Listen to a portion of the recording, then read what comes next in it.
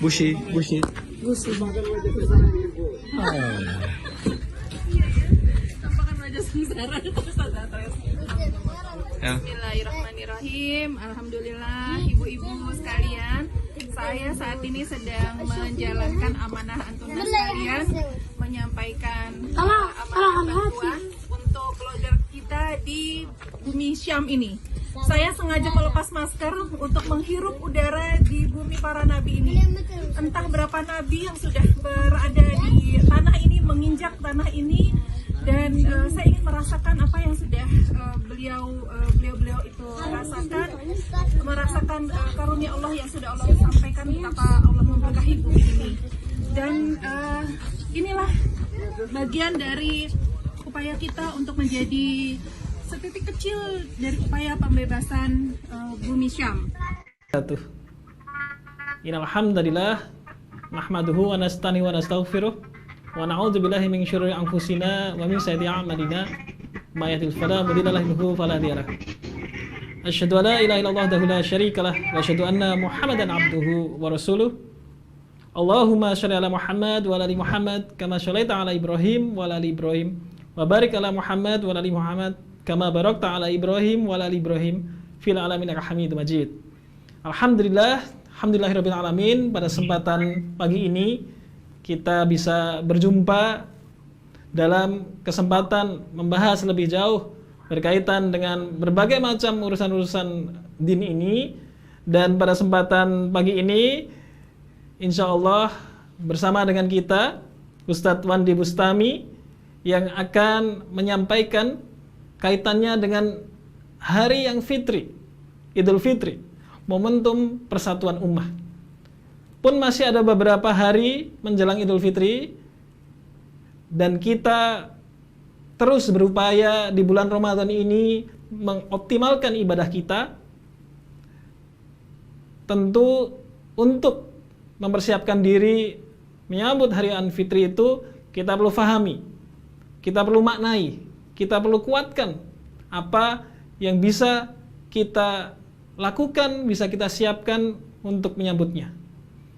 Dan berkaitan dengan itu, insya Allah Ustadz Wandi Bustami yang hadir bersama kita, beliau adalah pengajar akidah dan pemikiran di Tafakuh. Kita sapa lebih dahulu. Assalamualaikum Ustadz. Wabarakatuh. Masya Allah. Bagaimana kabarnya Ustadz? Alhamdulillah sehat Ustadz Denis. Antum apa kabar? Alhamdulillah sehat. Alhamdulillah. Baik. Gimana puasanya lancar? Insya Allah Ustadz. Alhamdulillah. Alhamdulillah. Nah, kesempatan ini kita mendapatkan waktu yang berharga untuk membahas berkaitan dengan Hari yang Fitri, momentum persatuan umat. Ustadz Wandi, dalam hal ini kita pengen tahu sebelumnya, sebenarnya kenapa kita perlu kaitkan apa sebenarnya hubungan antara Hari yang Fitri ini dengan kondisi persatuan umat.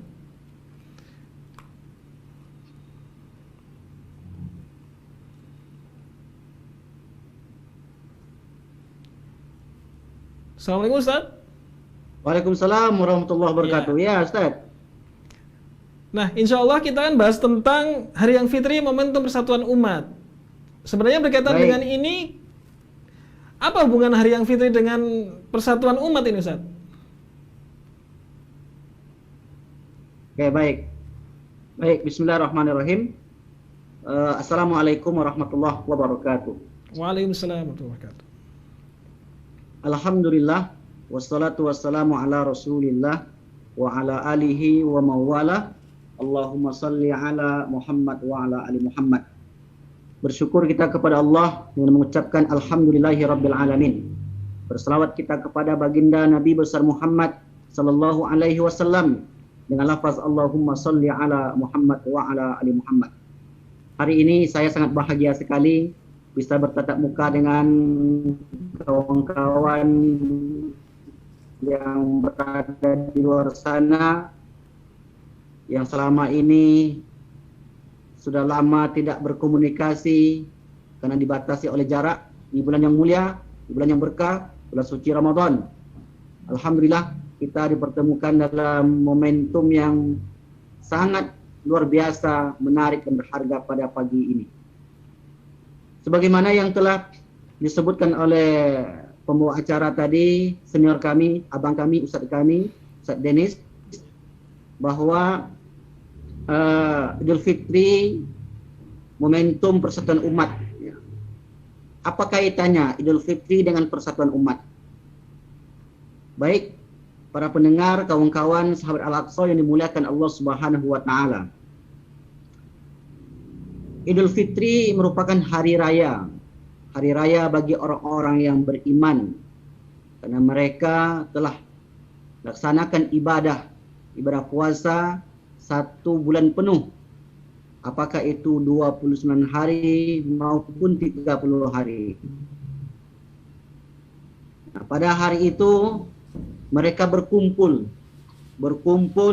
di suatu tempat untuk mensyiarkan agama Allah Subhanahu wa taala, untuk mengumandangkan takbir. Walitukmilul iddata, mereka sempurnakan hitungan tersebut, itu hitungan puasa. Walitukabbirullaha ala ma hadakum. Lalu kemudian mereka bertakbir untuk mengagungkan Allah Subhanahu wa taala. Ini. Kalau setiap minggunya, kalau setiap harinya kita bertemu di masjid salat berjamaah, laki-laki dan perempuan, muslimin dan muslimat. Setiap minggunya kita salat Jumat berjamaah yang kapasitas lebih besar.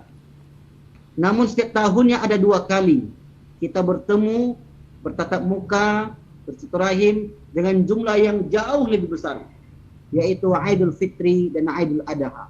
Maka Idul Fitri setiap orang dianjurkan oleh baginda Rasulullah SAW datang ke tempat tersebut, datang ke lapangan untuk mensyiarkan agama Allah.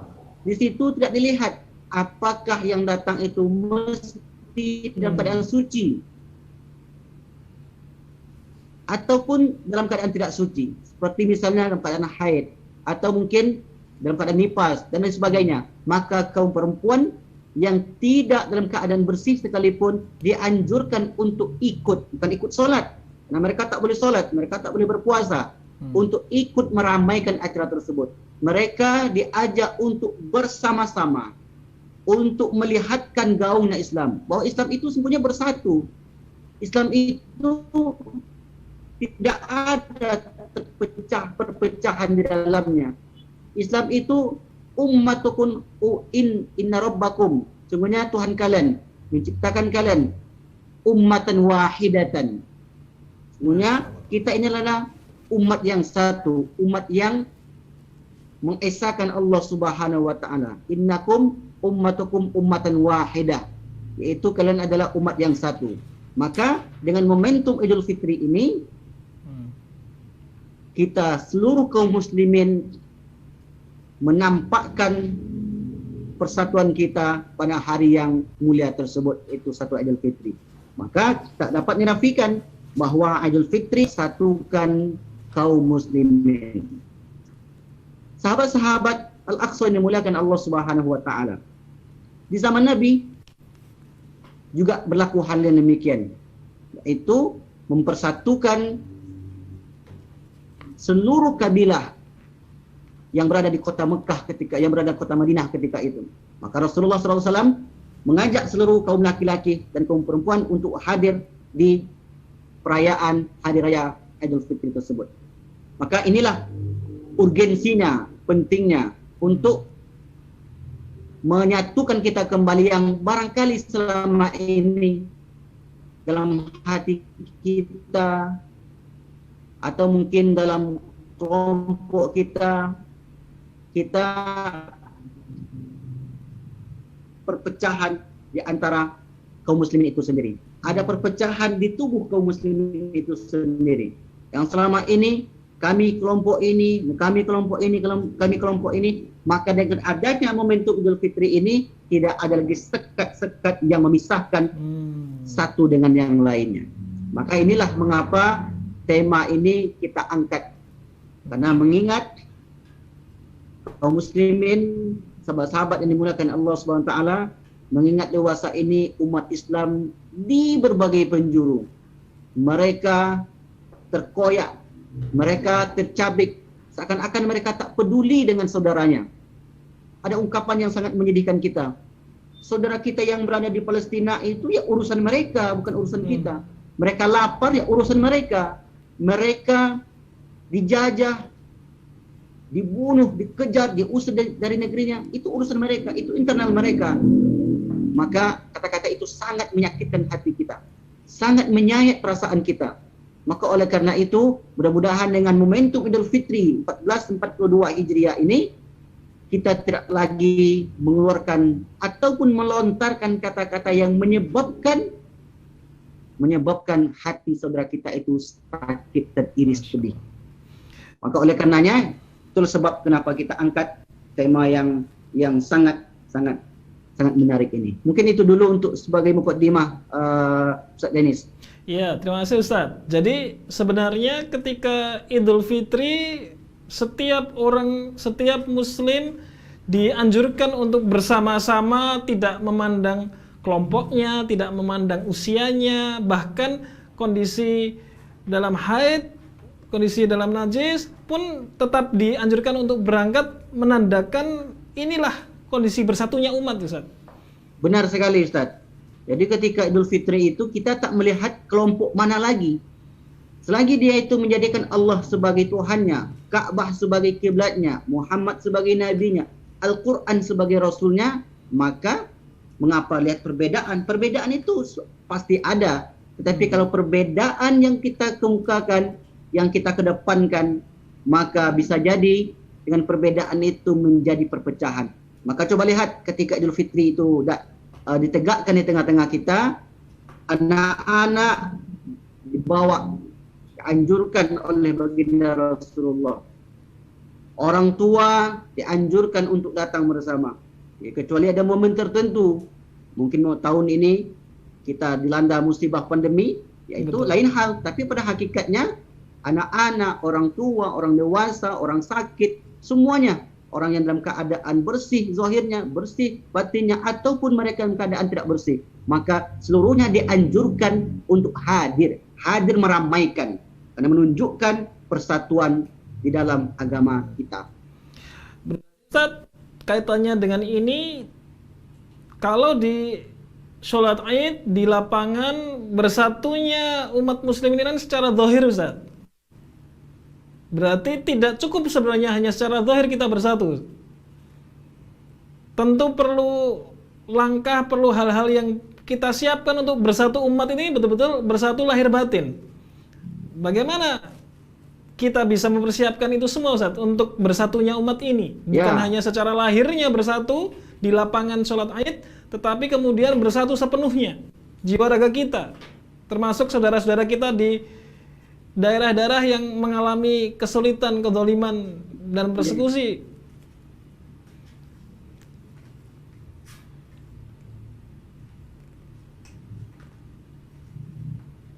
Ya, benar sekali, Ustaz. Benar sekali. Niscaya, zahir saja. Persatuan itu berada pada zahir, sementara persatuan itu tidak cukup dengan yang tampak. Arwahu junudun mujannada. Sungguhnya ruh kita pun mesti kita persatukan. Bukan saja persatuan itu tampak di luar, tapi sesungguhnya yang di dalam lapuk kalau bahasa kaminya. Lapuk itu ketika dihempas angin langsung tumbang.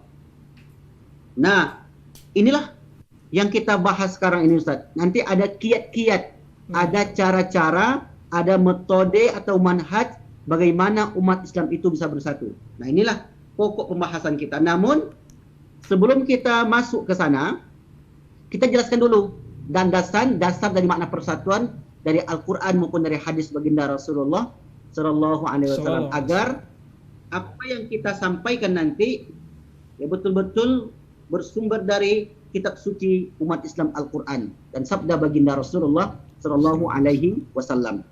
Maka di sini kami mencoba untuk membahas makna persatuan dan umat. Karena tadi ada kata persatuan dan kata umat. Kalau Idul Fitri, kita sudah paham maknanya. Aid artinya kembali. Ada ya'udu, Aid kembali. Fitri, fitrah. Suci, kembali kepada fitrah kita, kembali kepada asal muasal kita. Kullu mauludin yuladu 'alal fitrah. Setiap yang lahir itu fitrah. Fitrah maknanya suci, bersih. Seperti kertas yang tidak ada coretan sama sekali. Itu disebut dengan fitrah. Nah, itu tidak kita bahas lebih rinci di dalam pertemuan kita ini. Yang lebih rincinya adalah tentang kiat-kiat atau tata cara untuk mempersatukan umat Islam. Bukan saja zahir yang tampak oleh mata kepala, melainkan yang batin, yaitu ruh kita mesti dipersatukan juga, dikuatkan juga. Kemudian para sahabat yang dimuliakan Allah SWT, kita lanjutkan mana umat. Umat dalam bahasa Arab namanya ummah. Ummah akar katanya amma ya ummu. Nah, amma ya ummu ini punya banyak makna. Ummi, ibu dalam bahasa Arab disebut ummi. Ummun, ummun. Ibu kenapa disebut dengan ummun dalam bahasa Arab? Karena ummun itu bermakna tempat menyatu. Ibu, tempat menyatunya anak-anak, tempat berkumpulnya anak-anak. Ketika terjadi perkumpulan, maka disebut dengan kelompok. Maka umat itu punya banyak makna, bisa maknanya agama, bisa bermakna massa, dan bisa bermakna kelompok. Maka dalam pembahasan kita yang kita bahas ialah umat bermakna kelompok. Nah, kelompok yang ada di dalam Islam. Nah, sahabat-sahabat yang dimuliakan Allah Subhanahu wa taala. Bagaimana dalilnya atau dasar tentang persatuan ini? Kalau kita buka Al-Qur'an atau kita cari di dalam firman Allah Subhanahu wa taala, itu banyak sekali ayat-ayat yang menganjurkan dan memerintahkan untuk selalu bersatu. Nah, di antaranya ialah surat Ali Imran ayat yang ke-103. Bismillahirrahmanirrahim. Wa'tasimu bihablillahi jami'a wa la tafarraqu. Wa'tasim, berpegang teguhlah kalian bihablillah, dengan agama Allah. Hablun artinya tali. Nah, tali dalam hal ini dimaknai oleh ulama tafsir seperti Imam Ibnu Katsir, Imam Al-Baghawi dan ulama tafsir lainnya, itu bermakna agama. Kenapa agama disebut dengan tali? Karena agama mengikat. Jadi diikatlah. Saya dengan Ustaz Dennis tidak ada hubungan darah. Beliau lahir di Amerika Serikat. Saya lahir di Indonesia. Saudara kita Mas Habib, Ustaz Habib, dan saudara kita yang lainnya lahir di Palestina, lahir di negaranya masing-masing. Tidak ada hubungan darah. Bukan pamannya, bukan kakeknya, bukan abangnya. Tetapi karena satu agama, yaitu agama Islam, maka persaudaraan kita diikat oleh agama tersebut. Seluruhnya tanpa terkecuali, tanpa melihat apakah dia itu orang berkulit putih, ataupun kulit kuning langsat, ataupun berkulit gelap. Semua itu tidak ada sekatnya di sisi Allah Subhanahu wa taala. Semua itu sama. Yang membedakan kita, inna akramakum indallahi atqakum, adalah ketakwaan. Wa'tasimu bihablillah jami'a wa la tafarraqu, dan jangan kalian bercerai-berai. Wazkuru ni'matallah, dan ingatlah nikmat-nikmat Allah alaikum, atas kalian. Iz kuntum a'da, ketika itu kalian bermusuh-musuhan.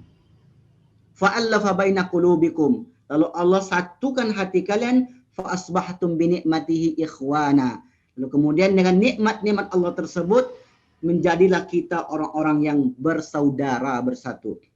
Sahabat-sahabat yang dimuliakan Allah Subhanahu wa taala. Ayat ini menurut Imam Ibnu Katsir turun mengenai persatuan kelompok yang ada di kota Madinah ketika itu. Siapa mereka? Yaitu kaum Khazraj dan Aus.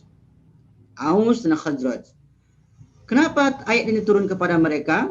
Dalam sejarah disebutkan, dua kelompok ini sepanjang tahun, bahkan puluhan tahun, berabad-abad lamanya, mereka itu saling bertikai, saling bunuh-membunuh.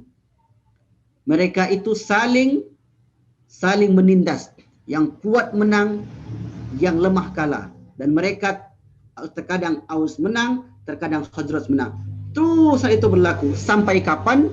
Sampai datangnya Nabi Muhammad SAW yang menyatukan antara mereka.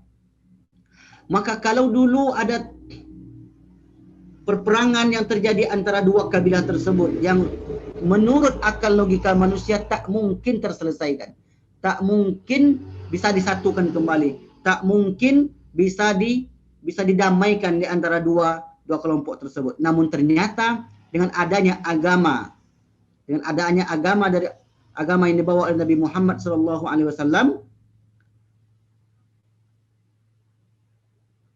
dengan adanya agama dari Muhammad SAW, maka akhirnya mereka pun bisa bersatu. Ini dasarnya. Kemudian dari hadis, Rasul katakan alaikum bil jamaah, alaikum bil jamaah. Dan mesti berjamaah. Wa iyyakum wal furqah. Jauhi perpecahan. Rasul sebutkan 3 kali. Maknanya ketika kata itu diulang sebanyak 3 kali, berarti perkataan itu sangat penting sekali. Nah, coba ingat, dulunya orang beriman itu bersatu. Wa kana nasu illa ummatan wahidatan fakhtalafu. Dunia umat itu adalah umat satu, lalu mereka bercerai-berai, berbeda-beda.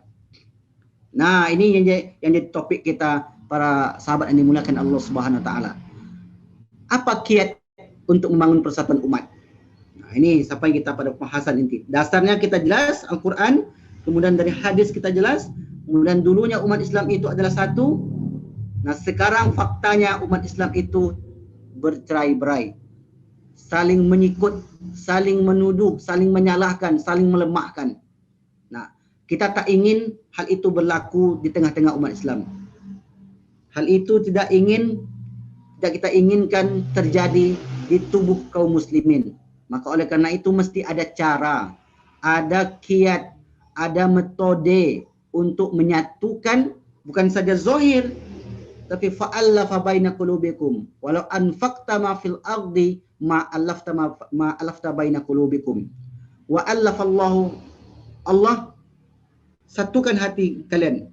Tapi ternyata menyatukan hati itu tidak bisa dengan materi. Walau anfaqta ma fil ardi jami'a ma alafta baina qulubihim. Wahai Muhammad, kalau engkau satukan, kalau engkau berikan seluruh yang ada di alam semesta ini berupa materi untuk menyatukan hati mereka, ma'allafta baina qulubihim, sekali-kali engkau tak bisa menyatukan hati mereka.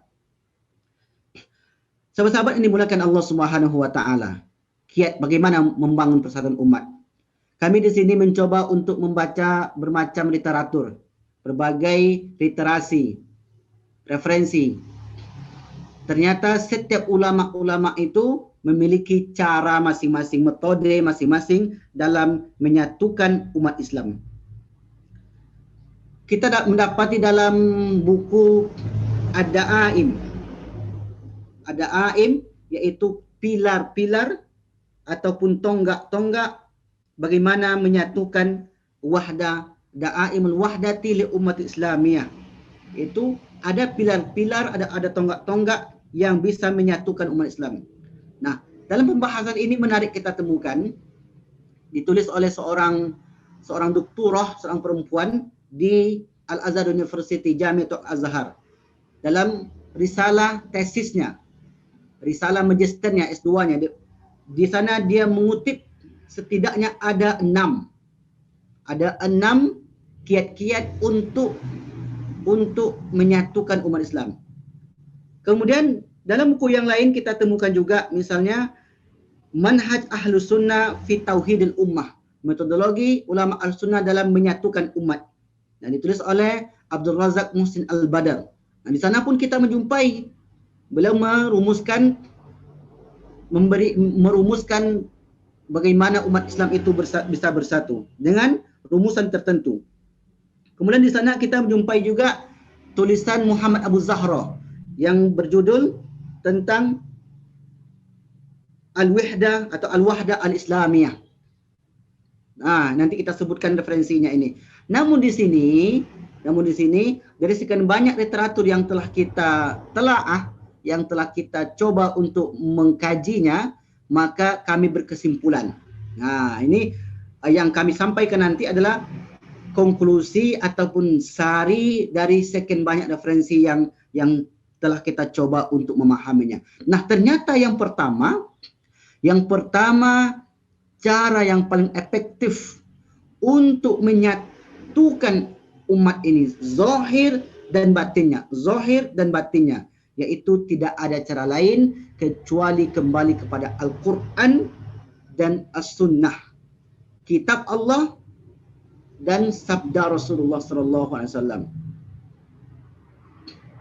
Sahabat-sahabat yang dimuliakan Allah Subhanahu wa taala, kalau ada orang mengatakan kami bersatu atas dasar humanisme. Humanisme artinya kemanusiaan. Persatuan itu tak akan lama bertahan. Kami bersatu dalam suatu partai. Persatuan itu tidak akan lama bertahan. Kami bersatu dengan kelompok ini. Persatuan itu tak akan awet. Kami bersatu karena keluarga kami begini-begini. Persatuan itu tidak akan langgeng. Kenapa? Karena apabila persatuan tidak didasari dengan Al-Quran maupun hadis Rasulullah SAW, maka persatuan itu pasti akan berakhir. Kecuali persatuan itu diikat dengan Al-Quran dan hadis Rasulullah SAW. Maka coba kita lihat firman Allah yang terdapat dalam surah An-Nisa ini. Bismillahirrahmanirrahim. Ya ayyuhallazina amanu, hai orang beriman. Berarti orang-orang yang melaksanakan salat Idul Fitri, orang mengerjakan ibadah puasa. Atiullah wa atiur rasul. Taatlah dengan perintah Allah dan taatlah dengan perintah Rasul. Wa ulil amri minkum, dan pemimpin kalian. Kemudian ayat mengatakan fa in tanaza'tum, jika kalian bertikai. Bertikai kenapa? Bertikai beda pendapat. Yang satu memaksakan pendapat ini, yang satu memaksakan pendapat ini. Berbeda pendapat. Ketika seseorang berbeda pendapat, akhirnya menyebabkan pertikaian, perpecahan, pergolakan di tubuh umat Islam. Tanaza'tum fi syai' farudduhu ilallahi wa rasuli, maka mesti dikembalikan kepada Allah dan Rasulnya. Sebenarnya kita ini berbuat untuk apa? Kita ini mengajak orang itu untuk apa? Karena Allah, karena Rasul, atau karena disebut sebagai pahlawan? Kita ini membantu orang itu karena ingin disebut dermawan, atau karena ingin disebut sebagai pahlawan, atau karena Allah. Kalau disebut sebagai seorang dermawan, pasti tidak akan melahirkan keikhlasan. Karena ketika tidak dipuji oleh orang, dia mengatakan, saya sudah berbuat, kenapa tidak dipuji?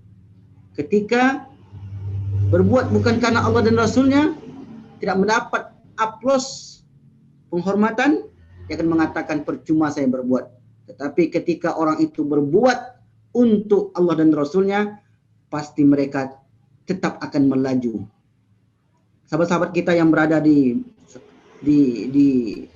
SA ini, sahabat Al-Aqsa, kemudian yang lainnya, mereka memberi bantuan kepada saudara kita di Palestina, beri bantuan kepada saudara kita yang berada di Rohingya, di Suriah, di negeri sendiri.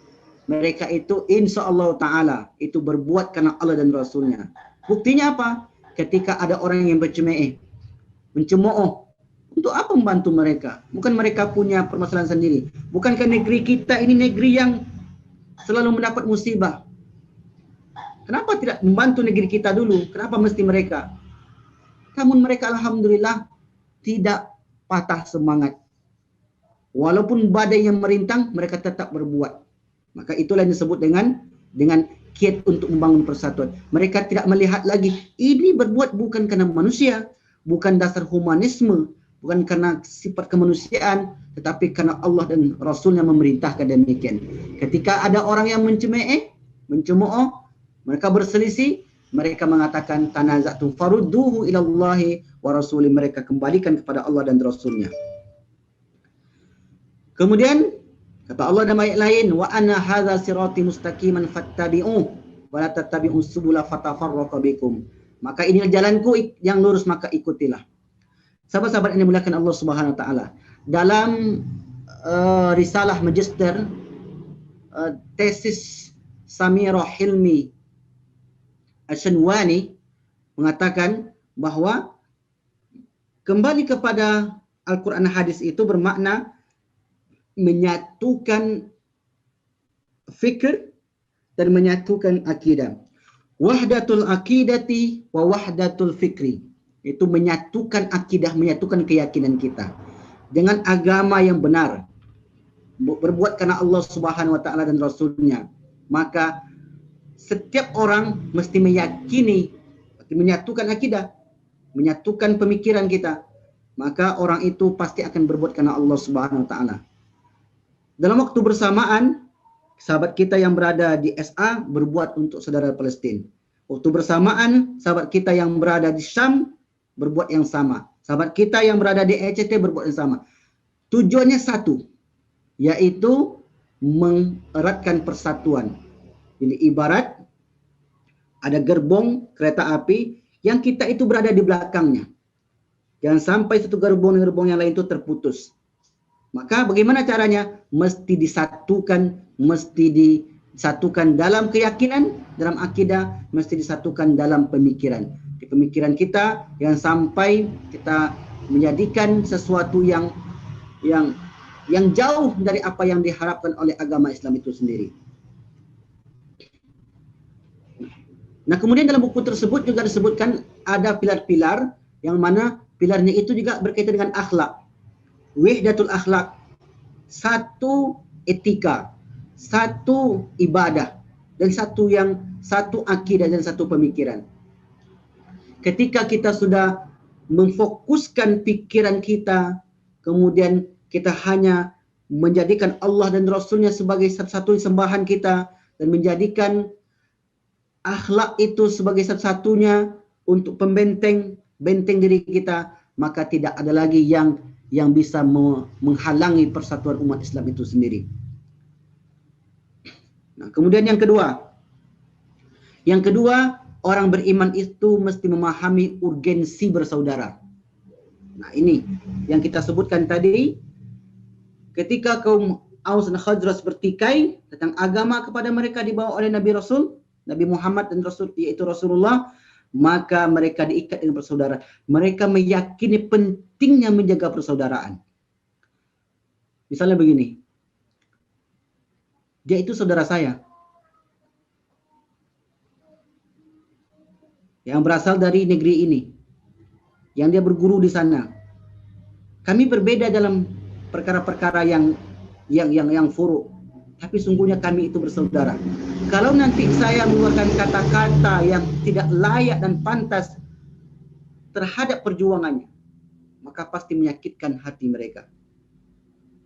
Pasti menyayat perasaan mereka.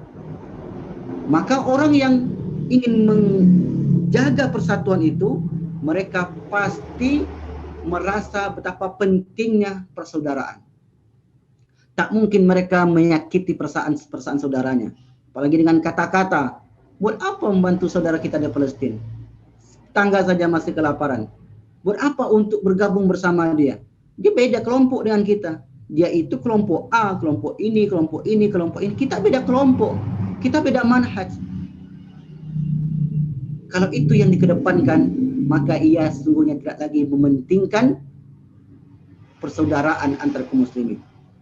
Maka dalam buku Tauhidul Ummah yang ditulis oleh Abdul Razak Muhsin Al-Badr, sungguhnya kita ini bersaudara. persaudaraan dalam kemanusiaan. Bapa yang satu, itu Nabi Adam alaihissalam. Ibu yang satu, Nabi Hawa alaihissalam. Kemudian lahirlah generasi sesudah itu. Terjadi perbedaan. Perbedaan itu suatu keniscayaan. Tapi sungguhnya kita berasal dari satu orang tua, itu dari Nabi Adam alaihissalam dan Siti Hawa alaihissalam. Maka mereka tidak mau mengorbankan persaudaraan mereka disebabkan kepentingan, apakah itu politik, ataukah ekonomi, ataukah itu kelompok, atau lain sebagainya. Tak mungkin orang yang beriman itu, coba lihat kalimat ayat ini, innamal mu'minuna ikhwah. Innama dari sisi bahasa artinya hanya itu saja. Karena innama itu disebut dengan al-hasr, pembatasan.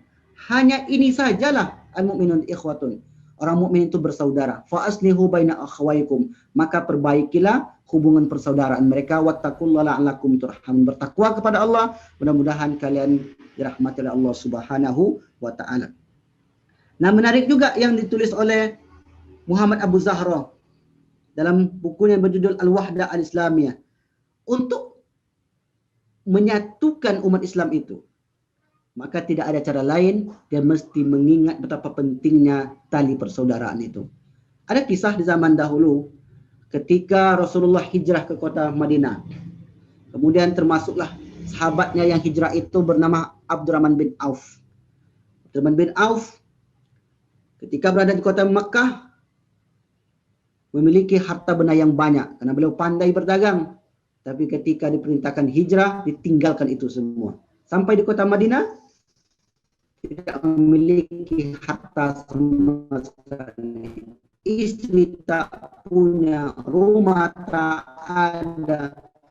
Kemudian harta tidak punya sama sekali. Kemudian datanglah sahabatnya yang bernama Sa'ad.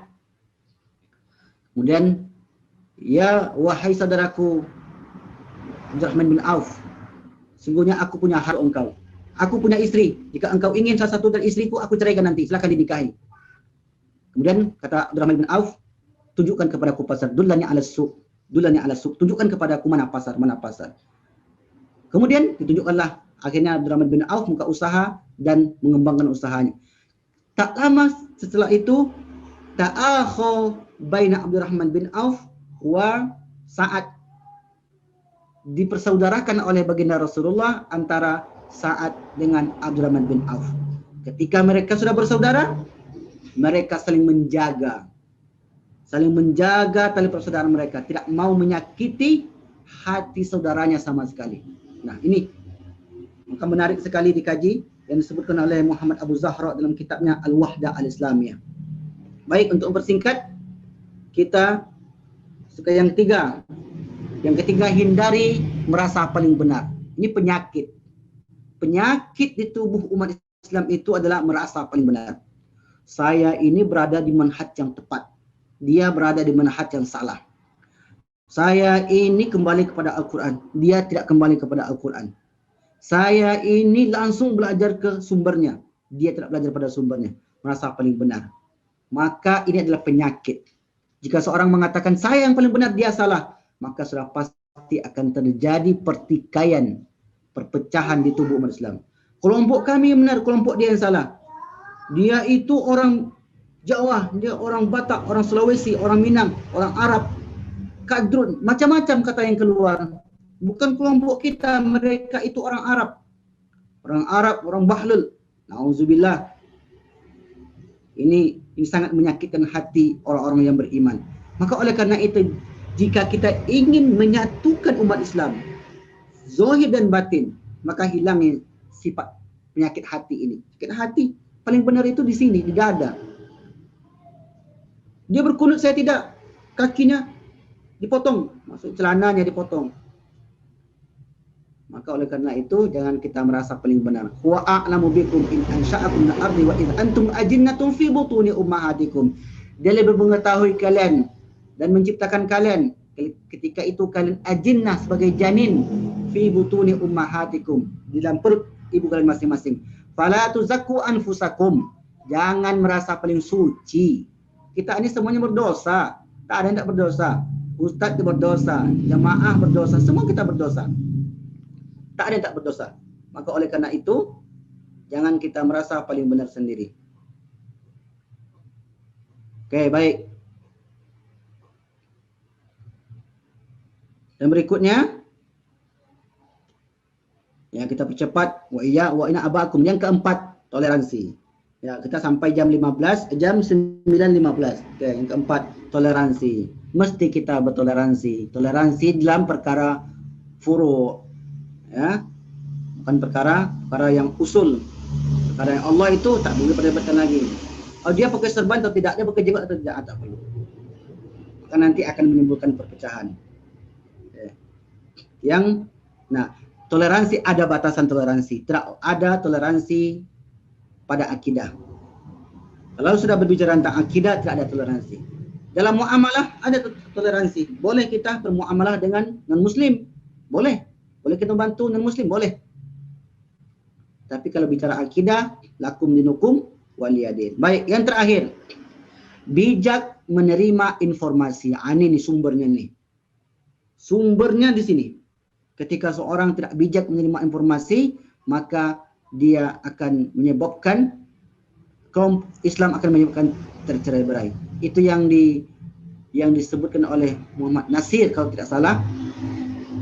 Ketika seorang itu menerima berita, menerima kabar, mesti cross check terlebih dahulu. Mesti dia cari kebenarannya terlebih dahulu. Jangan cepat-cepat. Sekarang ini dapat saduran atau kiriman informasi melalui WhatsApp, langsung diyakini, dibenarkan, langsung diumumkan. Cross check terlebih dahulu. Di sini saya buramkan kata fasiknya. Fasik itu maknanya, karena orang fasik ini tak jelas. Orang munafik, orang fasik. Maka kata Allah, ya ayyuhalladzina amanu, hai orang beriman, in ja'akum fasik, jika datang kepada kalian orang fasik dengan suatu kabar. Karena ini kan kita digiring oleh media. Dengan media-media sekuler, media-media hoax, media-media yang tidak dapat dipertanggungjawabkan kebenarannya. Maka orang beriman itu mesti fatabayyanu, mesti dia bijak dalam menyampaikan informasi. Maka kalau sudah kita bijak menyampaikan informasi, insya Allah Ta'ala kita akan mudah untuk membangun persatuan umat. Mungkin itu yang dapat kami sampaikan. Mudah-mudahan ini bermanfaat. Wa'alafu minkum. Wassalamualaikum warahmatullahi wabarakatuh. Alhamdulillah, jazakumullah khairan katsir Ustaz Wandi atas penjelasan berkaitan dengan perkara persatuan umat. Sekali lagi, jazakumullah khairan Ustaz Wandi atas kesempatan pagi ini. Semoga bisa berjumpa kembali di kesempatan lain. Dan kepada pemirsa sahabat Al-Aqsa dimanapun Anda berada, insya Allah demikian pembahasan tema kita pada pagi hari ini. Semoga Allah senantiasa menjaga kita, menguatkan iman kita, dan jadikan kita di antara hamba-hambanya yang menjalani Ramadan ini sebaik-baiknya, dan kemudian menyambut Idul Fitri, menyambut hari Lebaran dengan sesungguh-sungguhnya hari Lebaran. Bukan pakaian baru, bukan tampilan baru, tetapi sesungguhnya hari raya adalah milik orang-orang yang bertambah ketaatannya. Jazakumullah khair atas segala perhatiannya. Kita cukupkan pertemuan pada pagi hari ini. Subhanakallahumma wa bihamdika asyhadu alla ilaha illa anta astaghfiruka wa atubu ilaik.